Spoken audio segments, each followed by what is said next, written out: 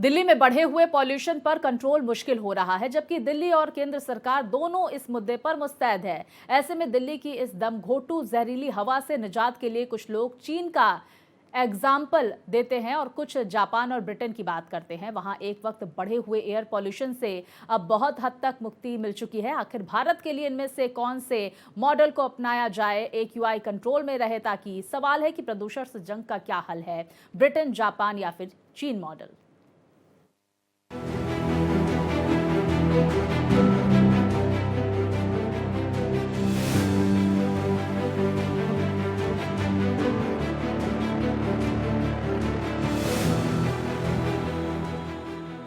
देश की राजधानी दिल्ली की सांसें प्रदूषण से फूल रही हैं। लोग हलकान हैं। बढ़ते प्रदूषण से सांसों का संकट बढ़ता जा रहा है। लोग त्राहिमाम कर रहे हैं, लेकिन इससे जल्द निजात मिलती नहीं दिख रही। सिस्टम ने कई तरह के उपाय आजमा कर देख लिए, लेकिन नतीजा ना निकलने से हालात गंभीर होते जा रहे हैं। सियासत में फंसे एयर क्वालिटी इंडेक्स का मीटर या उसके डिस्प्ले की बात छोड़ भी दें, तो इस जानलेवा पॉल्यूशन की हकीकत बयां कर रही है यहाँ की तस्वीरें। न इतना बड़ा अक्षरधाम मंदिर दिख रहा है, न इंडिया गेट और न हाईवे। दिल्ली NCR में घने स्मॉग से विजिबिलिटी बेहद कम हो गई है। आलम यह है कि पास तक की बड़ी बिल्डिंग तक दिखाई नहीं देती। दिल्ली NCR में प्रदूषण बीते कुछ दिनों से 400 के आसपास ही बना हुआ है। 13 दिसंबर से ही ग्रैब 4 लागू है, पर प्रदूषण से राहत नहीं मिल रही है। यही वजह है कि सियासी आरोप प्रत्यारोपों की धुंध भी इतनी बढ़ गई है कि इसमें बढ़ते पॉल्यूशन की जिम्मेदारियों को लेकर वर्तमान बीजेपी की रेखा सरकार और पिछली अरविंद केजरीवाल सरकार की आम आदमी पार्टी के बीच सियासी घमासान चरम पर रहा है।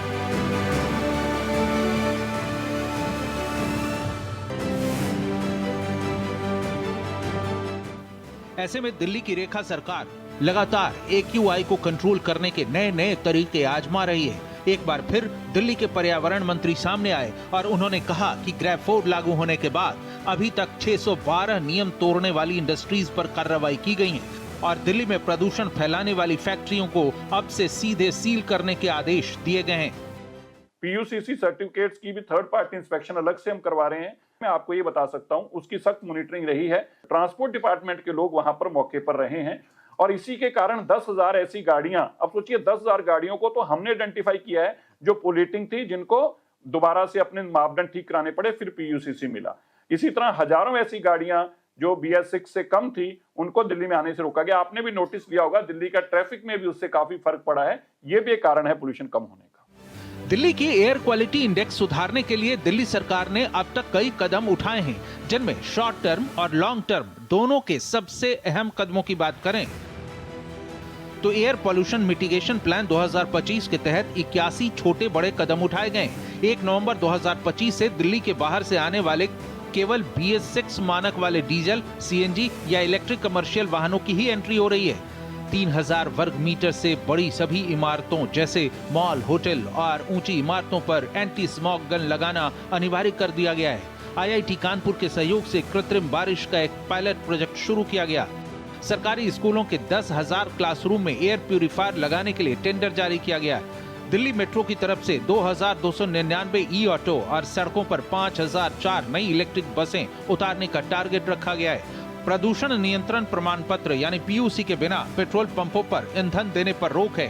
ग्रैब 4 लागू है, जिसके तहत सरकारी और निजी दफ्तरों में 50% वर्क फ्रॉम होम अनिवार्य है। धूल पैदा करने वाली निर्माण या तोड़फोड़ वाली गतिविधियों पर सख्ती से रोक लगाई गई है। प्रदूषण फैलाने वाली और अनधिकृत औद्योगिक इकाइयों को बिना नोटिस सील करने का अभियान चल रहा है। ओखला, भलसवा और गाजीपुर के कचरे के पहाड़ों को साफ करने के लिए समय सीमा भी निर्धारित की गई है। मैं आपको बताना चाहता हूं, आज से दिल्ली के अंदर एक्सटेंसिव ड्राइव चल रही है। जितनी पोल्यूटिंग फैक्ट्री है हमने आइडेंटिफाई की हैं, उनके ऊपर सख्त कार्रवाई करके उन प्रॉपर्टीज को सील किया जाएगा। उन ऐसी पोल्यूटिंग इंडस्ट्री को सील किया जाएगा। उनको कोई नोटिस नहीं दिया जाएगा। अब कोई चांस नहीं, बहुत उनको चांस दिए जा चुके हैं ऑलरेडी, इसलिए आज से उनको सीलिंग के प्रोसेस में सील करने का काम किया जाएगा। दूसरा, जिन इंडस्ट्रीज ने OCEM के लिए अभी तक अप्लाई नहीं किया, 31 तारीख लास्ट थी, अगर उनकी भी कार्रवाई अभी तक उन्होंने नहीं अपना अप्लाई किया होगा तो उन पे भी कार्रवाई की जाएगी। हमारी सरकार दिल्ली की जनता को के को अच्छी सुविधा देने के लिए वचनबद्ध है। हमारी मुख्यमंत्री, हमारे कैबिनेट के सारे मंत्री इसके ऊपर पॉल्यूशन को कंट्रोल करने के ऊपर लगे हुए हैं और बहुत जल्द ही इसको कंट्रोल में करने के लिए प्रयासरत है। और जो भी इस पॉल्यूशन इसका रीजन बन रहा है उसको हम ठीक करने पे लगे। केंद्रीय पर्यावरण मंत्री ने भी एयर पॉल्यूशन के इस मुद्दे पर सरकार की तरफ से उठाए गए कदमों की बात की। दिल्ली में अभी पिछले ही दिनों निर्देश देके हमने स्मार्ट ट्रैफिकिंग पे जोर दिया है। लगभग 60 के करीब ऐसे प्लेसेस हैं जहां पर ट्रैफिक का कंजेशन होता है। तो शाम को 4 से 7 तक जिस समय, या सुबह 8 से 10 जिस समय धुंध और कोहरा ज्यादा हो रहा होता है, उस समय अगर एक साथ हजारों व्हीकल लाइन में खड़े रहेंगे तो उनका पॉल्यूशन तो होगा ही, व्हीकल पॉल्यूशन की दृष्टि से। लेकिन सरकार की तरफ से उठाए गए कदमों के बावजूद हालात कंट्रोल में नहीं है। खुद बीजेपी ने अपने सोशल मीडिया हैंडल पर ये तस्वीरें शेयर कर आरोप लगाए हैं कि पिछली केजरीवाल सरकार के वक्त की नाकामियों का बोझ उन्हें उठाना पड़ रहा है। इस तस्वीर में लैंडफिल में लगी आग दिखाई गई है, जिसमें लगी आग की वजह से भारी मात्रा में धुआं और प्रदूषण फैल रहा है।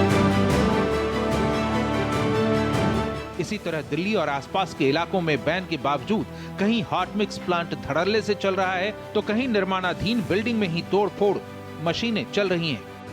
ऐसे में पॉल्यूशन से पार पाना आसान नहीं। तभी सोशल मीडिया से लेकर राजनयिकों तक में इस पर बहस और चर्चा आम है। यही वजह है कि भारत में चीन के दूतावास ने दिल्ली को वायु प्रदूषण नियंत्रण में मदद की पेशकश कर दी। चीनी दूतावास की एक प्रवक्ता यू जिंग के हालिया ट्वीट ने नई बहस छेड़ दी है, जिसमें कहा गया है कि चीन की राजधानी पेइचिंग ने जिन तरीकों से वायु प्रदूषण पर काबू पाया, वे तरीके दिल्ली के लिए भी उपयोगी हो सकते हैं। इसके बाद से चीन ही नहीं बल्कि ब्रिटेन और जापान मॉडल को लेकर भी चर्चा तेज है। आखिर AQI से जंग का हल ब्रिटेन, जापान या चीन मॉडल? इसे समझने के लिए पहले ब्रिटेन, जापान और चीन मॉडल में पॉल्यूशन कंट्रोल करने के लिए उठाए गए अहम कदमों के बारे में समझिए। AQI कंट्रोल करने के लिए चीन मॉडल में इतने सख्त कदम उठाए गए कि उसे वॉर ऑन पॉल्यूशन कहा गया। कोयले से चलने वाले बॉयलरों को बैन कर दिया गया। कोयले की जगह गैस या बिजली पर जोर दिया गया। कारों के रजिस्ट्रेशन पर कोटा सिस्टम लागू किया गया। इलेक्ट्रिक वाहनों के लिए भारी सब्सिडी दी गई। पॉल्यूशन फैलाने वाली फैक्ट्रियों को शहरों से दूर या फिर बंद कर दिया गया। वहीं जापान मॉडल में कानूनी और तकनीकी समाधान पर जोर दिया गया। जापान में वाहनों और उद्योगों के लिए दुनिया का सबसे सख्त एमिशन स्टैंडर्ड है। कंपनियों को ग्रीन टेक्नोलॉजी अपनाने के लिए प्रोत्साहित किया गया। इंडस्ट्रीज ने सल्फर और नाइट्रोजन ऑक्साइड को सोखने वाले फिल्टर लगाए। टोक्यो जैसे शहर में पुराने डीजल वाहनों की एंट्री बैन कर दी गई। दुनिया का सबसे कुशल रेलवे और मेट्रो नेटवर्क विकसित किया गया। जबकि ब्रिटेन में क्लीन एयर जोन्स पर फोकस किया गया। खास तौर से लंदन में जुर्माना और शहरी नियोजन पर फोकस किया गया। लंदन में अल्ट्रा लो एमिशन जोन लागू है। ब्रिटेन ने अपने बिजली उत्पादन में कोयले के उपयोग को लगभग समाप्त कर दिया है। यहाँ विंड और सोलर एनर्जी पर ही बहुत कुछ निर्भर है। साइकिल चलाने और पैदल चलने के लिए बुनियादी ढांचे में भारी निवेश किया गया।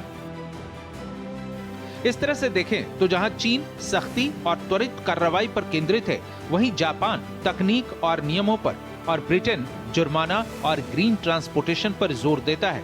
इसमें ब्रिटेन और भारत की भौगोलिक और जनसंख्या घनत्व वाली स्थितियां बहुत अलग हैं। लंदन जैसे ultra low emission zone Bharat के बड़े शहरों में लागू करना एक बड़ी चुनौती है। ऐसे में भारत जैसे देशों के लिए इन तीनों का मिश्रण यानी ईवी को बढ़ावा, सख्त इंडस्ट्रियल स्टैंडर्ड और पब्लिक ट्रांसपोर्ट का विस्तार प्रभावी हो सकता है। भारत में AQI कम करने के लिए जहां चीन का बीजिंग मॉडल इनमें से सबसे उपयुक्त माना जाता है, क्योंकि भारत की वर्तमान चुनौतियां चीन की पिछली स्थितियों से बहुत हद तक मिलती जुलती हैं। लेकिन कभी भी किसी मॉडल की कॉपी कामयाब नहीं होती, बल्कि उसे समय और परिस्थिति के मुताबिक ढालना होता है। इसीलिए कहा जाता है कि चीन की तरह टॉप डाउन आदेशों के बजाय भारत को अपने लोकतांत्रिक ढांचे के भीतर विकेंद्रीकृत कार्रवाई और कानूनी जवाबदेही पर ध्यान देना होगा।